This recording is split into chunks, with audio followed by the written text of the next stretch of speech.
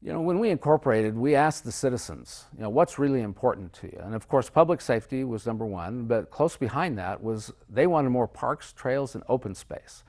Well, when you're a built-out city, there are some limitations in being able to do that. We're pretty proud of what we've accomplished in that regard, however. Early on, we were able to do the Timberline Trailhead. We've done Golden Hills Park, got that finished up on Wasatch by the fire station.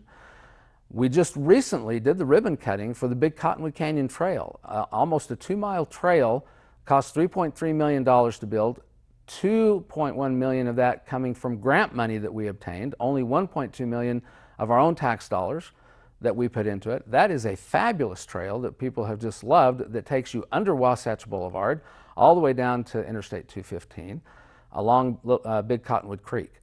Of course, one of the big positives in the last 2 years has been Mount View Park down on Fort Union Boulevard. We took a school that was closed and dilapidated, negotiated with the school district for a lease for 25 years at $1 a year, and were able to invest, again, grant money to develop a park that has become one of the most popular parks, not just in Cottonwood Heights, but on the whole east side of the valley.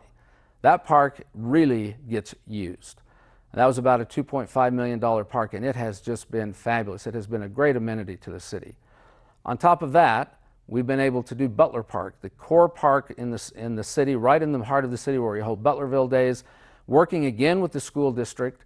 We've improved that park, torn down another closed school, Cottonwood Heights Elementary, and worked with the school district to improve that into tennis courts, a soccer field, more open space, and on top of that, a brand new middle school. So when it comes to parks, trails, and open space, the city has done some pretty phenomenal things, a lot of it with grant money from outside of our own tax dollars. Those are amenities that not only this generation will benefit from, but generations to come. One other thing that we did was there was some property on the east side of Wasatch that was going to be built. There were going to be 3 office buildings constructed there.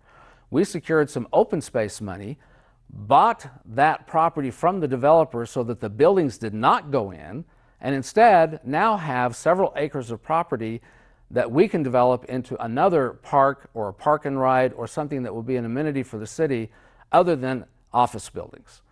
So we have made significant strides to preserve open space along the benches. We're very, very close to securing the easement for the Bonneville Shoreline Trail along the whole east side of the city. So the last 8.5 years, not only have we built a city, but we've also built a lot of public open space and parks and trail infrastructure for the citizens. It has been a joy to do, and I think it has been one of the most visible accomplishments in the last 8 years.